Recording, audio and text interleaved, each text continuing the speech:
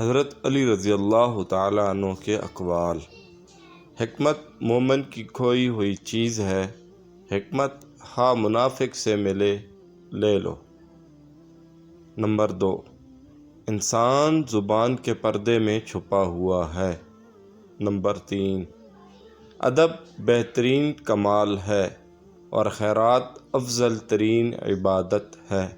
Number 4، جو چیز اپنے لیے پسند کرو وہ دوسرے کے لیے بھی پسند کرو۔ نمبر 5، بھوکے شریف اور پیٹ بھرے ہوئے کمینے سے بچ کر رہو۔ نمبر 6، گناہ پر ندامت گناہ کو مٹا دیتی ہے اور نیکی پر غرور نیکی کو تباہ کر دیتا ہے۔ نمبر 7، سب سے بہترین لقمہ وہ ہوتا ہے جو اپنی محنت سے حاصل کیا جائے۔